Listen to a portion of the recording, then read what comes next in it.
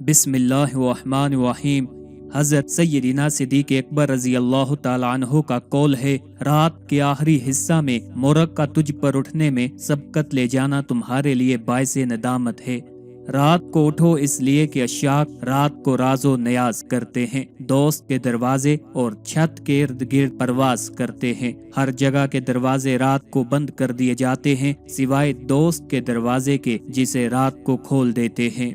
اللہ کے خزانہ میں 4 چیزیں نہیں ہیں: عدم، حاجت، عذر، گناہ۔ شیخ العرب والعجم حضرت مولانا عبد الغفور رحمت اللہ علیہ سے پوچھا گیا، استغفار پہلے پڑھیں یا درود شریف؟ فرمایا کہ استغفار کی مثال کپڑے دھونے والے صابن کی ہے، جبکہ درود شریف کی مثال کپڑے پر لگانے والے عطر کی سی ہے۔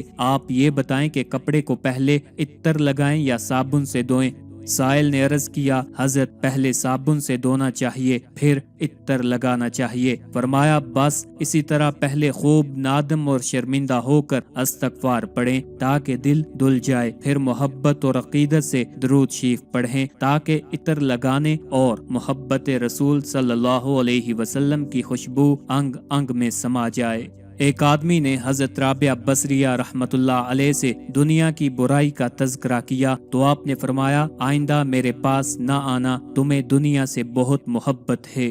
بعض لوگوں نے حضرت ذوالنون مصری رحمت اللہ علیہ سے کہا، فلاں جماعت شغل و طرب میں مشغول ہے، بد دعا کریں۔ آپ نے فرمایا، اے اللہ، جیسے تو نے انہیں دنیا میں خوشیاں دی ہیں، آخرت میں بھی انہیں خوشیاں عطا فرما۔ اگر کوئی اہل دنیا کی تعظیم کرے تو کون سی عجیب بات ہے، لوگ تو سانپ اور بچھو کو دیکھ کر بھی کھڑے ہو جاتے ہیں۔ اس میں اعظم کیا ہے؟ دل غیر سے خالی اور پیٹ حرام سے خالی ہو تو ہر اس میں اعظم ہوتا ہے۔ دل سیاہ ہو تو چمکتی آنکھیں کچھ فائدہ نہیں دیتی۔